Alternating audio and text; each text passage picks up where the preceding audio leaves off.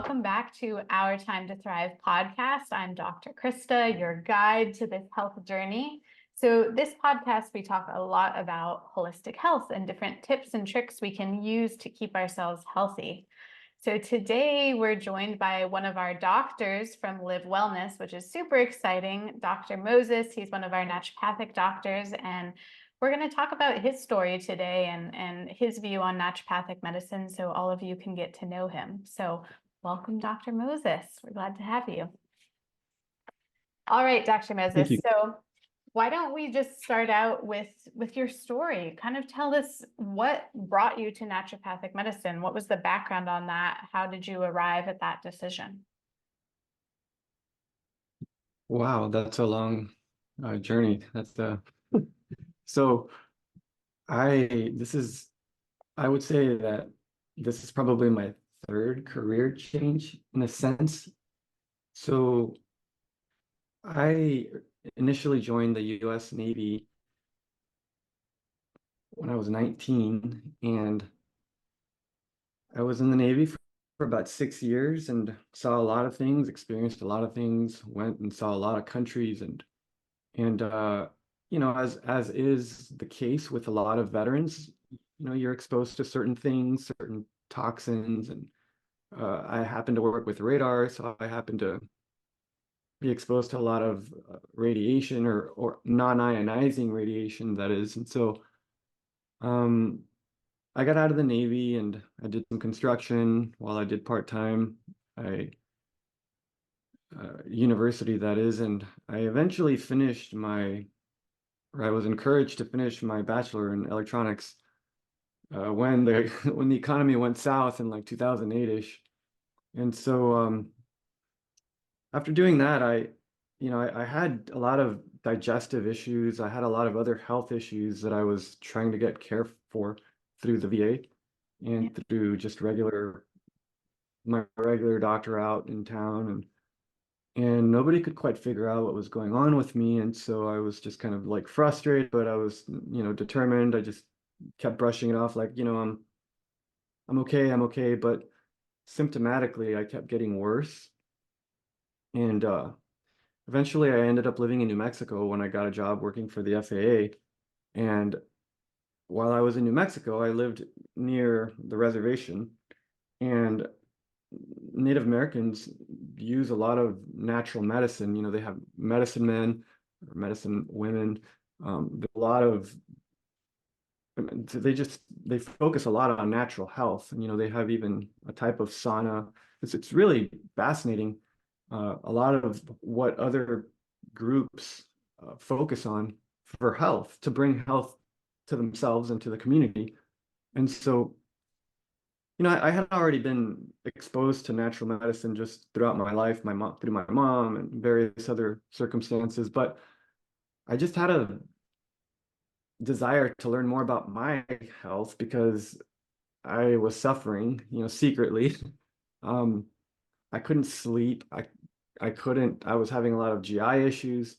I was having a lot of skin issues, insomnia, as I mentioned, and it got so bad that I ended up basically getting in an accident twice while I was on the job. Part of my job involved climbing towers, communications towers, some of which were like 200 or 300 feet tall. And imagine me, because what started happening is I started falling asleep just randomly throughout the day, kind of like narcolepsy, but not narcolepsy.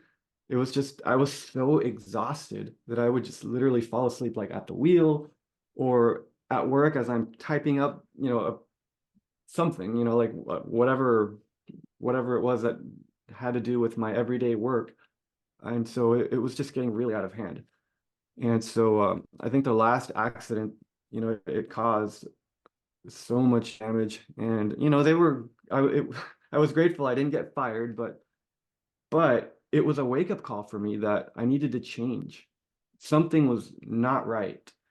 And so I visited a friend who lived in Scottsdale, Arizona, and he invited me to the seminar in Scottsdale. And there was this doctor there, naturopath. In my head, I didn't mention, but in my head, I thought naturopaths were just like, I don't know, uh, quacks or something like that, like something that doesn't really mean anything. It's just, oh, they know a little bit about herbs. That's it. Uh-huh. And so I'm like, all right, I'm gonna go. Okay, because he really insisted that I go. And so I went and I listened, and the more I listened, the room was packed. The more I listened, the more intrigued I was. I was like, wow, this is something else. And so, anyways, I listened to the seminar, and he was talking about gut health. And so I found out that this doctor had previously been an engineer like me, and he had also worked for the government or as a contractor. And so we had that connection instantaneously, and we talked till like midnight that night. I wouldn't recommend that you stay up, but that late at night. But in that occasion, we stayed up really late talking, and he told me about, what naturopathic doctors do and where you go to school to become one, and he told me about NUNM in Portland, and so I went and started doing a deep dive, and I spent probably like 6 months finding all about naturopathic medicine, just what the difference is, because apparently there are differences in training. And so I was interested in a very deep, founded in science, and something that was not just a superficial, like, oh, I don't know how to say this, but whenever I had met a naturopath in the past, it was always like, oh, you have this? Oh, do this. Even though it was like, no, I would never try that. That's probably going to kill me. Well, anyways, so it was a long journey. I eventually went and visited NUNM, and I fell in love with the medicine and the school and the environment, the and here I am today. It took me a while, but here I am today. It's kind of, yeah, I cut a lot of my story out, but yeah, I think that's to keep it short. Yeah, it sounds like there was a lot of kind of meant to be situations that happened within your story, meeting someone who was very similar to you, that was probably huge. Did you ever resolve your symptoms Yeah. prior going to school? So it's interesting that you asked that, because I started implementing some things prior to me going to school. Actually, because I had to do pre-med requirements or prerequisites to go to NUNM or to any of the naturopathic schools. And so I had to go back, and it was about a 3-year process. So I came up with a plan of getting myself from where I was to moving to Portland. And I tried to make it as, a financial plan, just an educational plan, just what do I need to do to put my ducks in a row. And so while I was doing it, I started experimenting with eliminating certain foods in my diet. Mhm. And I started with gluten, or all gluten containing products. And actually, initially I became a vegetarian, and then I went vegan. But that didn't really seem to help me as much. I feel like maybe in my case, I lost a lot of weight, and Mhm. I just I felt like I was wasting. It wasn't until I eliminated gluten that I really started noticing, in my case, that I started to heal. And so a lot of my symptoms started to disappear. That the eczema, I mean, it was severe eczema, and luckily it was in places that are typically hidden by clothing, but it's still, there's a lot of, what if I hate to wear shorts because I don't want people to see the eczema on the backs of my legs, or um whatever. So I came up with this plan. I started eliminating foods, and I started to get better. But then I started reintroducing eggs and dairy, like after several years, and I started feeling better. I put on a little more weight, and then eventually I came to NUNM.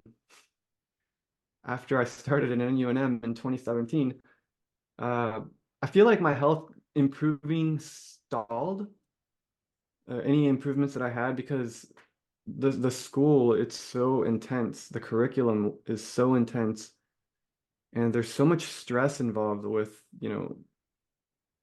with trying to stay afloat and doing the structure and function with Dr. Bronze, if you remember, and Dr. Dangerfield, Yeah. um, and just trying to like handle it all the while having a family, and uh, there's just a bunch of other things going on in my life at the time.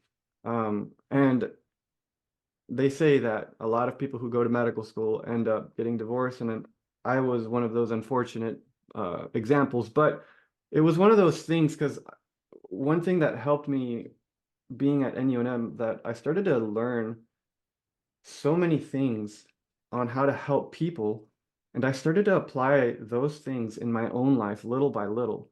Yeah. And it wasn't until I actually went to NUNM and started learning about, self-care. To me, that was a foreign word. I'd never heard of that concept. Self-care. What is self-care? And so I was like, are you kidding me? Self-care? No. And so the more I was exposed to it, the more I learned about it, the more it started to help me to help myself. Yeah. Because I can't really help other people if I myself am in bad shape. If I myself am struggling, not just physically with my physical ailments, but emotionally and psychologically. And so I started working on that. I saw a counselor a few times while I was at NUNM, and then I just started applying certain things that I learned, and I just started to recognize that there were certain things that were just not good for me. And I just started slowly removing those things from my life, and in like manner, I started to progress slowly back to healing, emotionally and psychologically and physically too, because, you and I both know that emotional and psychological stress can play a huge toll on your health. And so, yeah, so it was interesting because while at school, I definitely struggled, and I had a lot of stress both at home and at school. And I had some setbacks while I was at school, I'm not gonna lie. I wouldn't recommend that anyone just jump into some stressful situation until you've kind of de-stressed yourself first, right? And I say that sincerely. I don't mean to, like, it's hard for you to focus or give your all, your 100%, when you have so many other areas of your life that you haven't taken care of, that are going to drag you down, that are not going to help you, And so for me, my whole first year was almost, I don't want to say it was a waste, but I didn't get as much out of it as I could have. And as a result, I had to repeat some classes, and I'm not going to lie, I'm not going to sugarcoat it. Yeah. Yeah, It I think a was lot a of struggle people time. would relate to your story just in terms of, healing is a journey. It's not something that happens quickly, especially because yeah, life is always going to get in the way. There's always things happening, and really what helped you the most was removing those obstacles, one at a time here and there. That's really what made the difference for you. So for people who maybe are struggling with similar things, maybe they're just pushing through symptoms all day. Maybe they're, feeling like their confidence is affected, like you with your eczema that was changing, the way you wore your clothes and different things like that. What would you say to those people to just kind of get them started? Like, where should they start? What should they do if they're just pushing through every day? Wow, so, you know, I when I see patients and I see that they have all these health struggles, uh, I always wonder myself, not always immediately, but I always wonder myself, is there a bigger underlying problem, like, like the stress or anxiety? Maybe there's tension at home with a husband or a wife or a partner, a significant other, um, or with children, estranged children. I don't know. There's so many things, and the world is so complex. But Many times you can give them the right medicines. You can, whether it's a drug or an herb or whatever, a supplement, it doesn't matter what it is. And you may not see results, or at least you may not see the results that you expected. And it's kind of the same thing.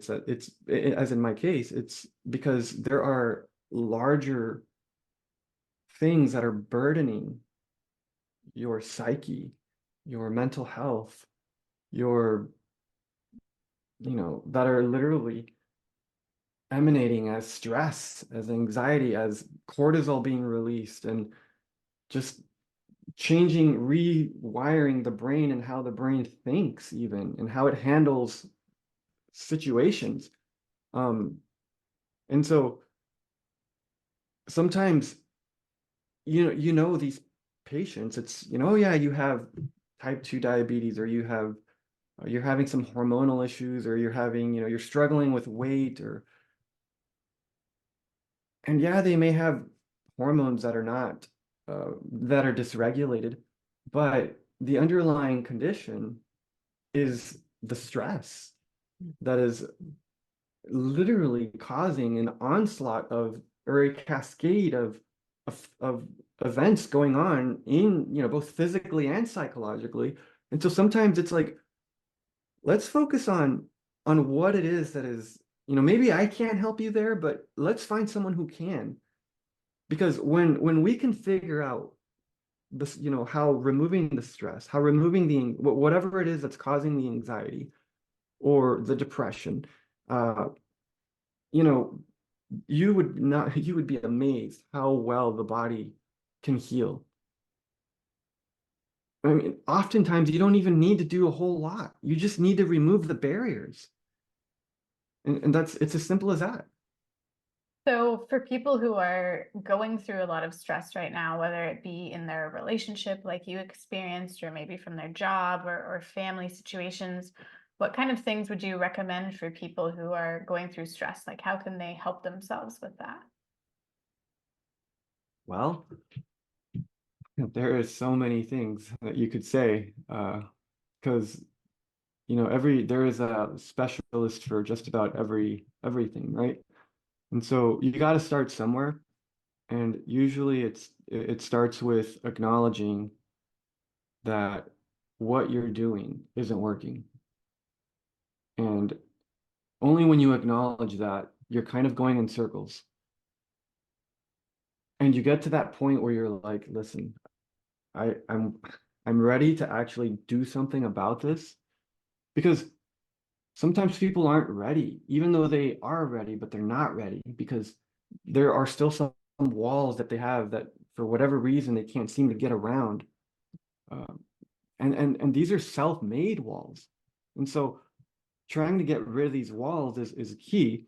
And sometimes a good, you got to go back to maybe that good friend that you have, or that good doctor, it could be, or a therapist, a great therapist or whatever, and ask them, hey, I know that maybe you've said some things to me in the past, and maybe I've just brushed them off but let's talk about that again. What is it, you always told me that, and I'm just using this as a crude example. This is kind of a bad example, but you always told me that that guy was bad for me, and it's like, well, yeah, he very abusive, and we never see you anymore, or that, that's the worst case scenario, and I would not want that for anyone. But there is that cyclic behavior, that you endure the abuse, whether it's someone physically abusing you, or whether it's you abusing yourself by your habits, staying up late, eating things you shouldn't be, I don't know, torturing yourself with,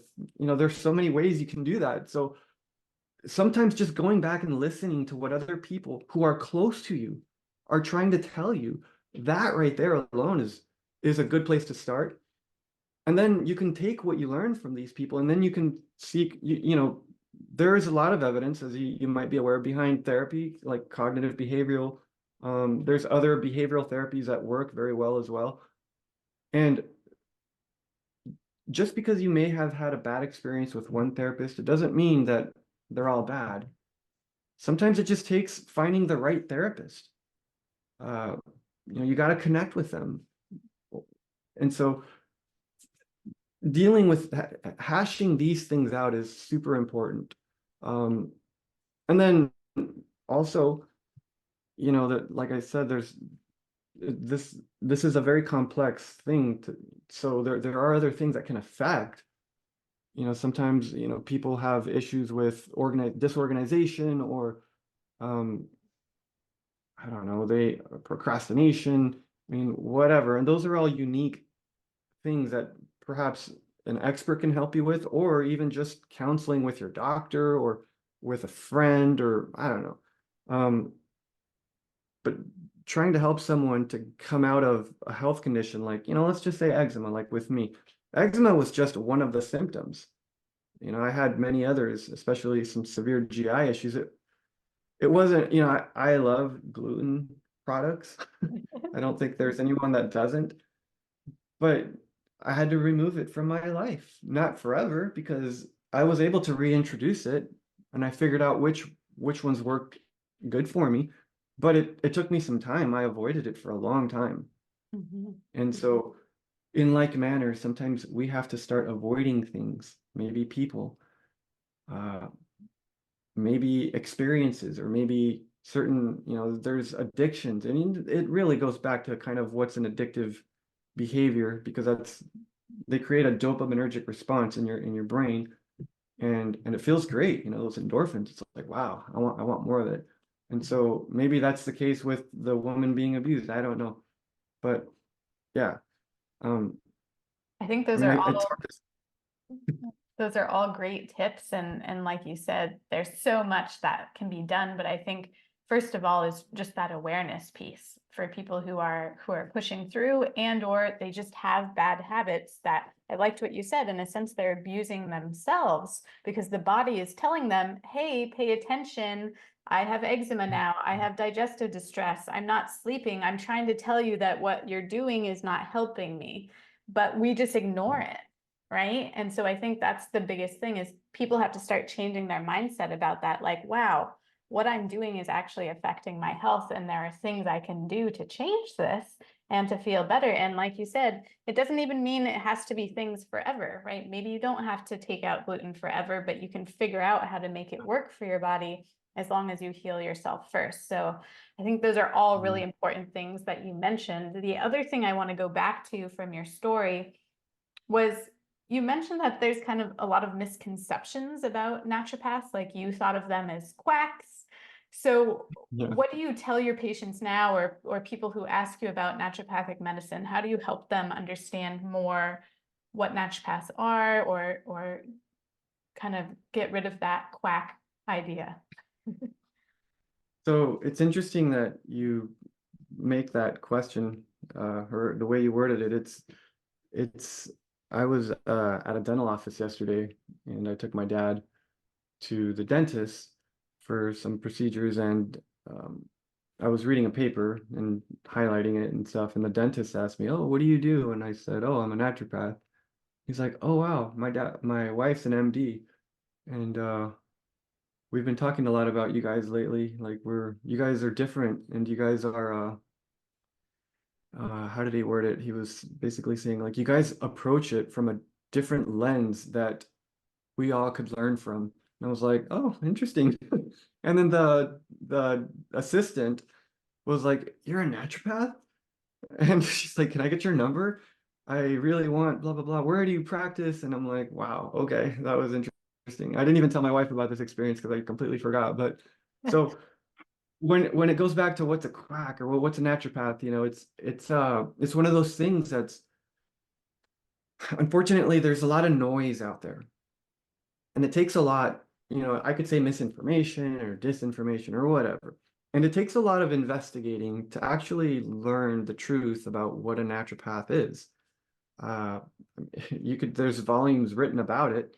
And so traditionally you have what are called just a naturopath or a traditional naturopath, and then you have what we call naturopathic doctors.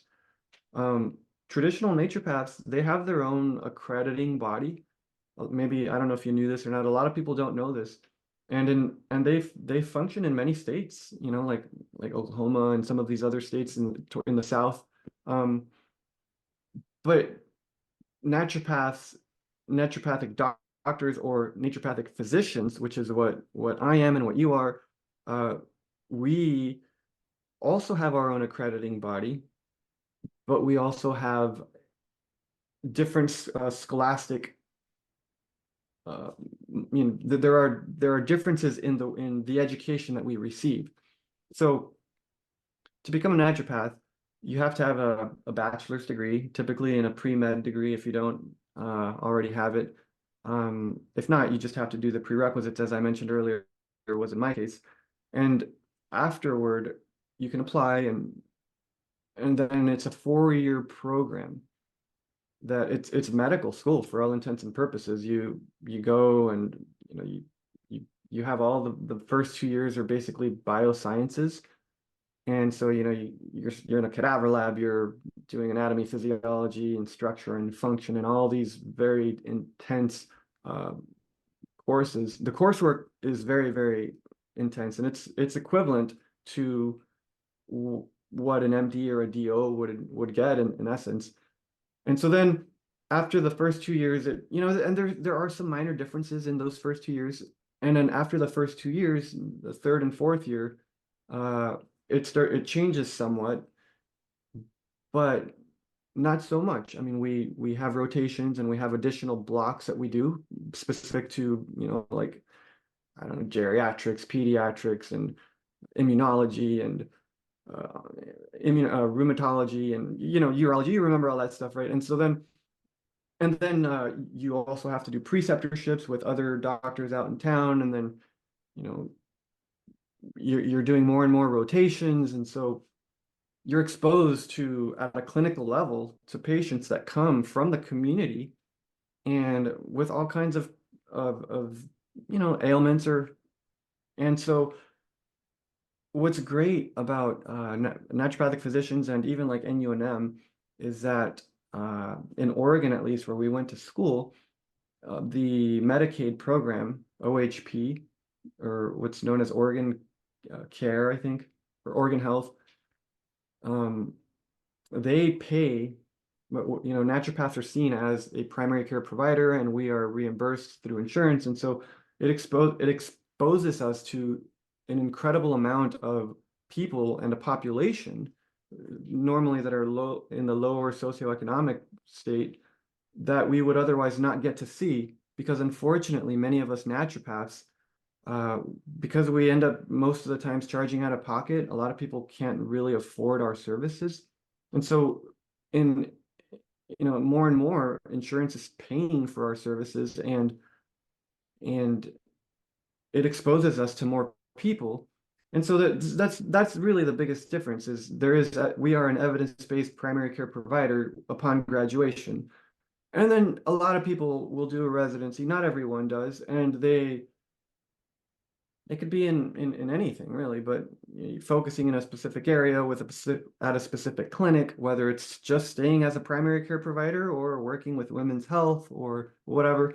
So when you talk with someone and they ask you, hey, so what's a naturopath? It's really hard to say, because we learn a lot of what MDs and DOs learn. We learn all the pharmacology, we learn, the botanicals, and we learn, so it's a blend of two. And so when people come to see us, we're going to try to help you in a natural way, as if possible. It's not always possible, but we're going to take you where you are, and we're going to understand you where you are, because we understand the medications you're on. And in some states, and in a lot of states, if possible, we can even lower your dose and re-prescribe you a different medication if it's more appropriate, and or help you eliminate it altogether. And so as a naturopathic physician, we are using the principles of modern healthcare, but we're also blending and we're marrying literally holistic health, natural health with conventional health in an effort to help people where they are. And so as a result, we have way more tools in our toolkit, as they say, than conventional medicine or conventional docs do. And people don't always understand that.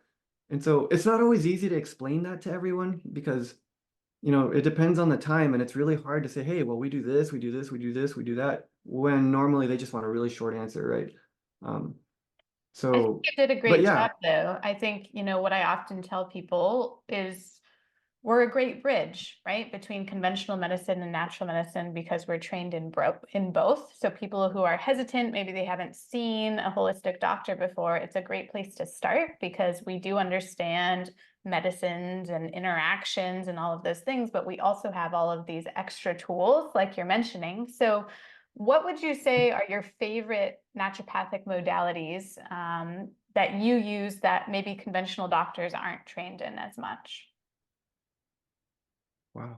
Uh, well, I personally am a big fan of botanical medicine.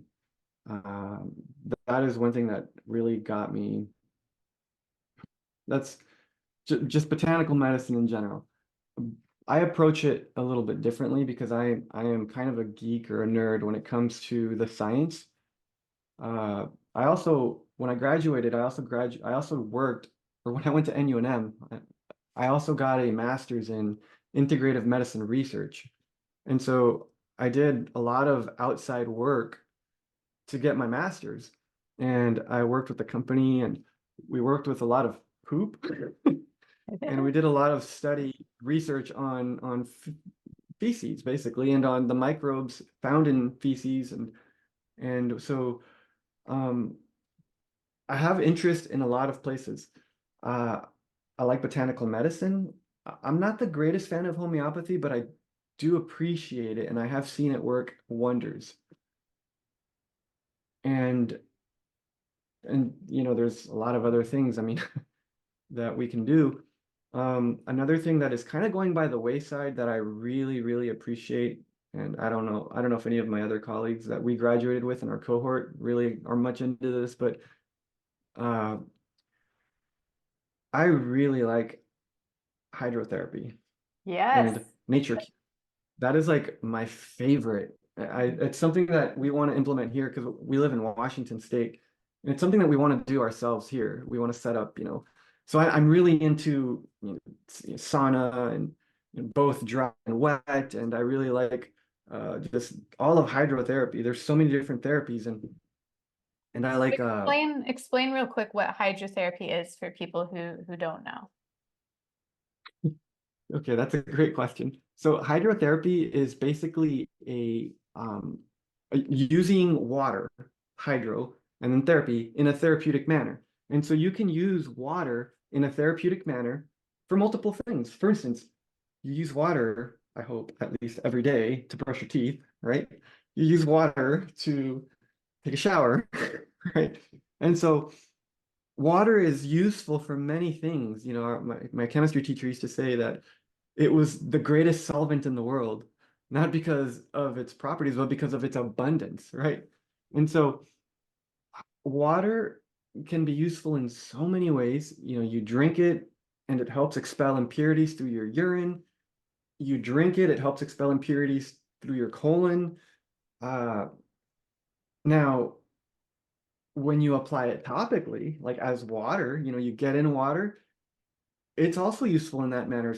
Now, when you modify temperature, whether it's hot or cold, it has different physiological responses on your body.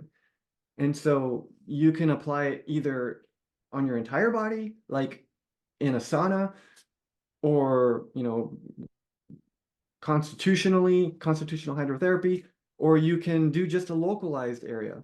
Like you can put it on your feet and and then you can do ice on your head if you have a headache. I mean, there's so many different things and so many ways you can do it. And so in using water, you can help promote blood flow and as a result, lymph flow. And you can even improve venous stasis in many conditions or in many cases. Um, so that there's a lot of ways you can use water, just water, to help your body recover from different states of illness.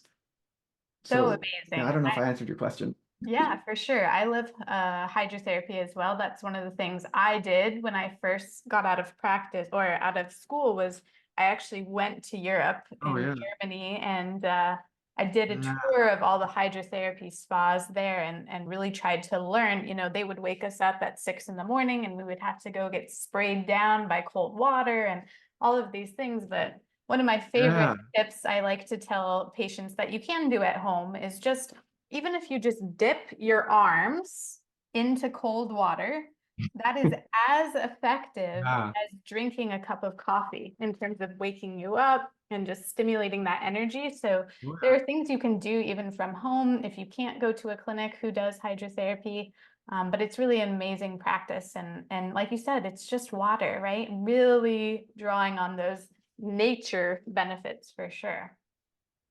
So let's talk about Yeah. something else you mentioned because I just want to give people a little more clarity about the poop situation. Okay, so Dr. Moses, as you can tell, he's a great researcher, and there's a lot of research in naturopathic medicine. So I want everyone to know that because, as you said, it is evidence-based. But there's this idea of fecal transplants, and I think that's part of what you were researching with looking at poop. But just explain a little bit more what you're talking about so people aren't so weirded out about, you know, you just sitting there studying feces all day. Good point. Yeah. Oh, naturopaths, they're those weird poop dogs. No, actually, you work with poop.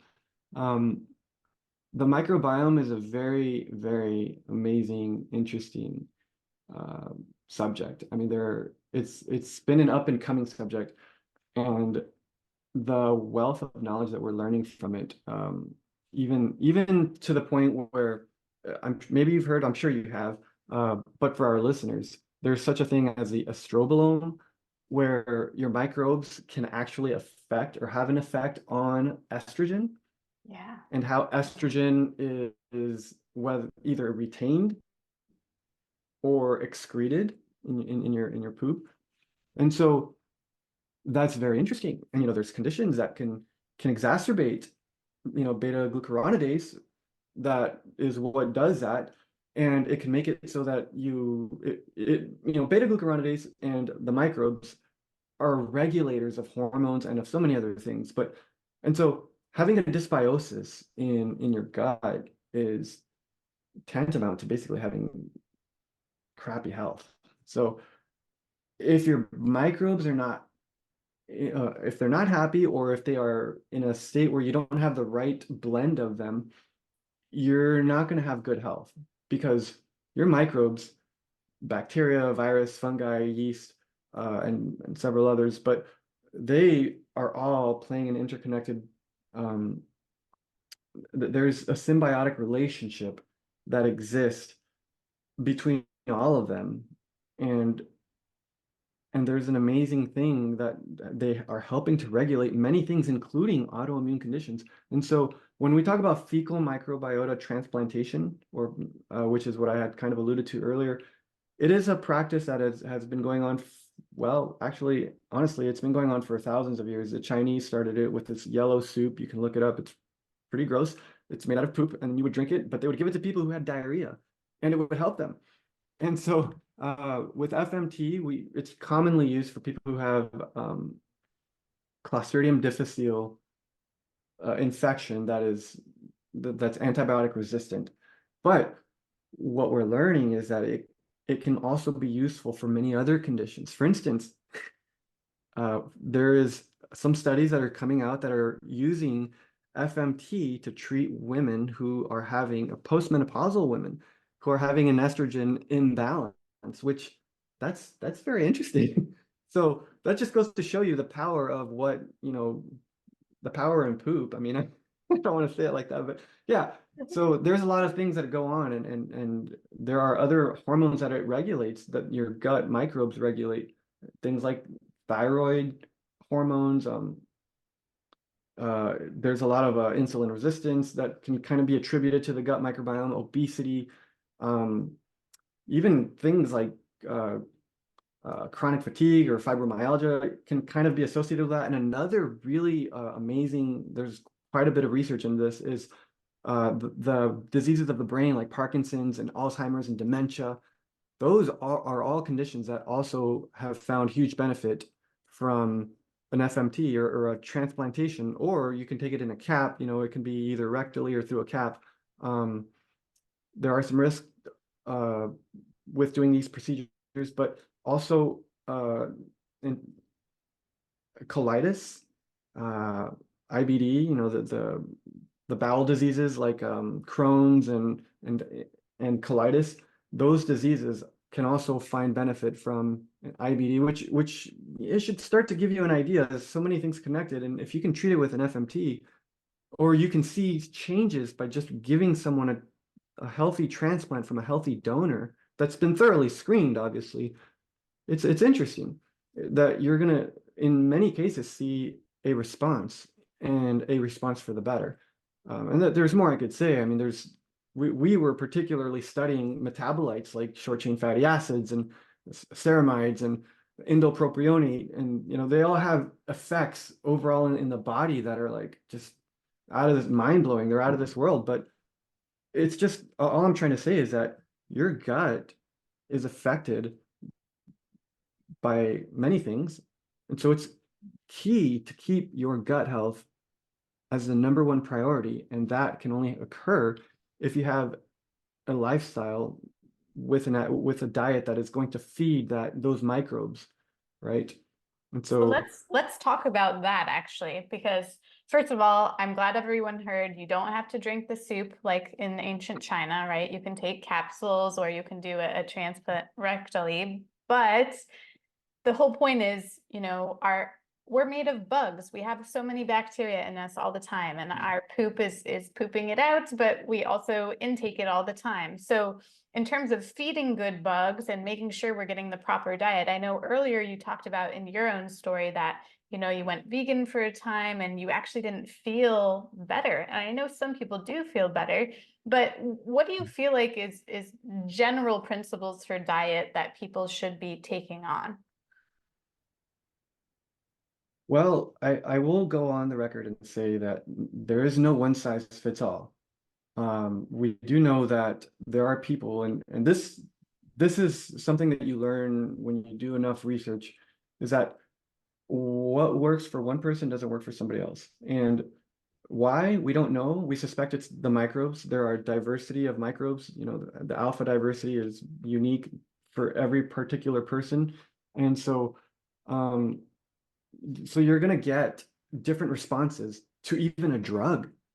So drugs are handled differently many a times, because what a lot of people don't understand is that the gut is the largest endocrine organ. We don't recognize it as such, but the gut is the largest endocrine organ in the body. But when you think about it, even us, as what we learned in medical school, you think of an endocrine organ, what do you think? What comes to your mind?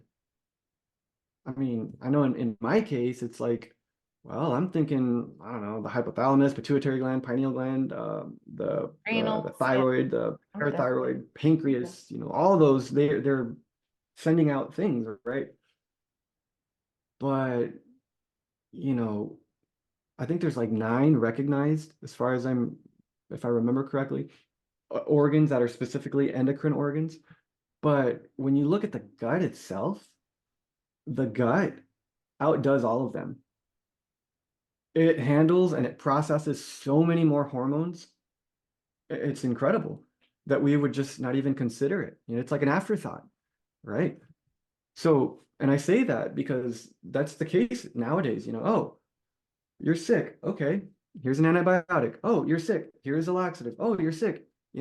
Here's this other thing or this other drug, and they all have an effect on your internal gut, which, remember, is the largest endocrine organ.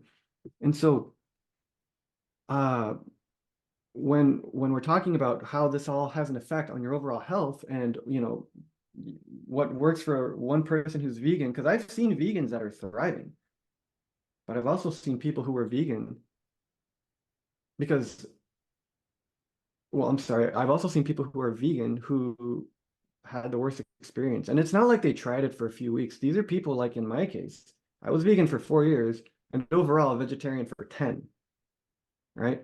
And so I eventually slowly reverted back.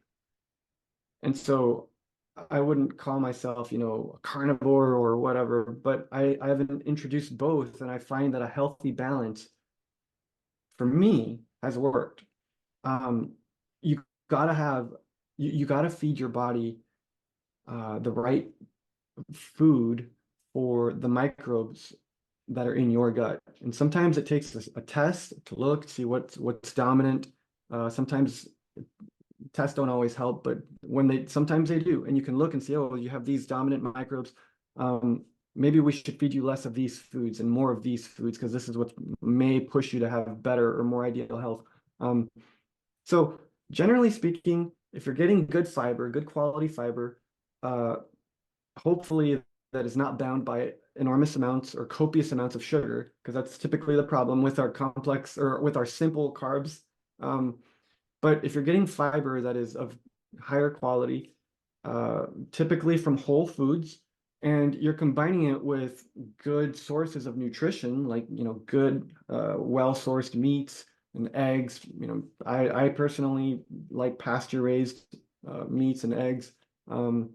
And wild caught fish, here in Washington, we have lots of salmon. I'm sure back east you guys have lots of fish out there too. So there's a lot that you can do. You just have to make an effort to go out and find it and get it. And so ideally going back to the foods that our ancestors were eating should give you kind of a general idea as to what might bring health back, because disease didn't just come from one day to the next. Disease, there's a saying that says disease how does it go? Disease is in it'll come to me. Anyways, but just in one other comment, the where did it go? I forgot. I had it pulled up in a second, but you can't, it goes something like you can't It's okay, you'll find it. In oh, the it'll come. meantime, I want Yeah, yeah. everyone to know that Dr. Moses actually raises his own animals. So he's very much connected to the food process. And I think that has a lot to say too about health in general. If people are more connected to their food source and they know where it's coming from and how it's raised and all of these things, plus it's grown in their area, not like, pineapples in some other country, right? All of those things influence our health as well. Yeah. Yeah, thanks for pointing that out. I do have a 10-acre farm. Uh, my wife is also a naturopath or naturopath, but we have animals, sheep and cows and a dairy cow as well, and goats and lots of chickens. And um, yeah, we have a lot going on the farm. And then we have a garden, but it's diet is super important because you can't out exercise a crappy diet, right? Yes. Yes. You can't out supplement a crappy diet, and you can't out medicate a crappy diet. The diet is the foundation. So it's what you put in your mouth. It's what you choose to put in your mouth. So we have to reframe our thinking from, oh, but I really like, this, that, or the other, to a more, well, how healthful or helpful is this food to my overall health? Is it, I know that it's really hard with food. Um, People don't like their foods to be taken away. Like, I'm not trying to step on toes, but like, the cupcakes and the cookies and whatever. I'm dogging on the sugars here because I personally find that sugars are the main problem. There are other things. There are some sources of oils that I also don't think are helpful or healthful. But I mean, if you can just regulate, it's very simple. What you put in your mouth, you will notice that just on the diet alone, many of your health uh, outcomes will improve. And so I don't know, what have you seen? I agree. I think that really focusing in on getting enough protein, I think that's one of the biggest issues with people who go vegetarian or vegan is they tend to focus more on carbs because there's more of that available. But if you're doing that, you're not getting all of the nutrients you need to create your body tissues and to have energy and all of these things. So you have to make sure you're doing that in a healthful way if you are going vegan. But I find a lot of people, the reason they do benefit, if they're one of those people who benefits, is because they're taking out things like dairy. And dairy can be really inflammatory for a lot of people. So sometimes if you just take that out and you don't have to go full vegan, you can still get the benefits. I also just see that, maybe people will feel good vegetarian or vegan for a while, maybe like 6 months or 8 months. And that's because that's how long it takes to deplete some of our stores like B12 and iron. Our body can hang on for a while with a fair amount in there, but once you've depleted those, that's when you start to feel the effects. So you got to make sure that you're getting all the right micronutrients and the macronutrients, whatever diet you're doing. So that's a big piece for sure.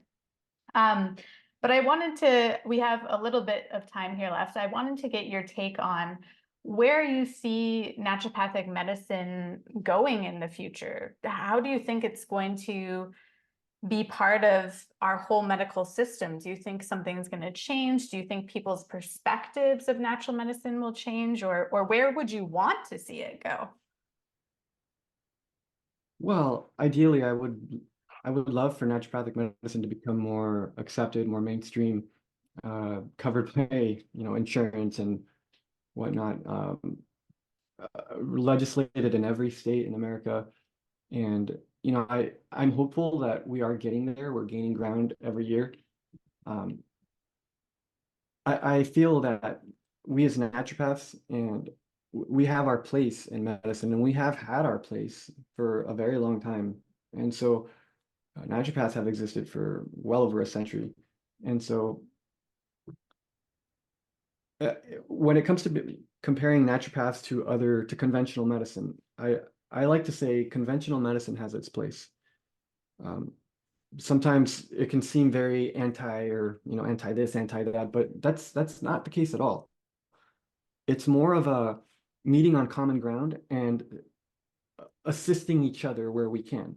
Um, Especially when it comes to ER or traumatic events that you need to go to the hospital immediately for. They shine.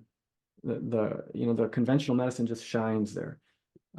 We're not really trained for that, nor do we want to be. That's not what we got into medicine for. I know a few ER docs, and they're great docs, and I would trust them with my life. But in those emergent situations. But now, for the more long term, for the more longevity promoting medicine, as you could potentially name it, that is something altogether different. That I see a trend amongst some conventional docs of them kind of going into what has been labeled functional medicine. And so there's a lot of docs, great docs, like Peter Attia is one of them. And, and I mean, well, Andrew Huberman's not a medical doctor, but he is a neurobiologist. But there's a lot of other doctors that are shifting. And, Andrew Weil is the other really well-known guy. I should just mention him, that are really, that have shifted like Andrew Weil altogether in the functional medicine realm. And so I think that's a great thing. They are making a vested interest in helping to change their patients' lives, and not just focusing on the pharmacological interventions, but using the pharmacological interventions as either an option or a last resort, which is how we tend to practice. Now, where I would like to see us get to is, I would love it if naturopaths, if we could have our own, how would I say this, residency funded positions like conventional docs do, that you could match after you graduate and go and do a residency in an area that's focused to a particular, because we have gastro A&P, we have the endocrinology, we have oncology, And so it would be great. And, you know, I know we have FABNO certification, but it's not quite the same. And so it would be awesome to even get that experience. Um, and to, you know, especially in the areas where we shine, like gastroenterology. And, you know, anytime I go to gastroenterology to do my colonoscopy or whatever, and I'm talking with the docs there, I'm amazed at how little they actually know about the gut. Uh, they know their field very well and they can do the procedures very well, but it's not, there isn't a whole lot of outside of their immediate, you know, only a select few really have a really hands-on approach, and they really thoroughly understand things like the microbiome and you know, like Dr. A guy from California who does all the SIBO research. I cannot remember his name, but Dr. Pimentel, he's an MD. He's another great doc who's really just, SIBO used to be one of those, oh, that doesn't exist, or it's, you know, people didn't believe it. It took them years to really just get an ICD code for it. And so either way, I would just like for us to be more accepted, as I see that is already happening. More and more people know about us. It's evident every day when I meet someone.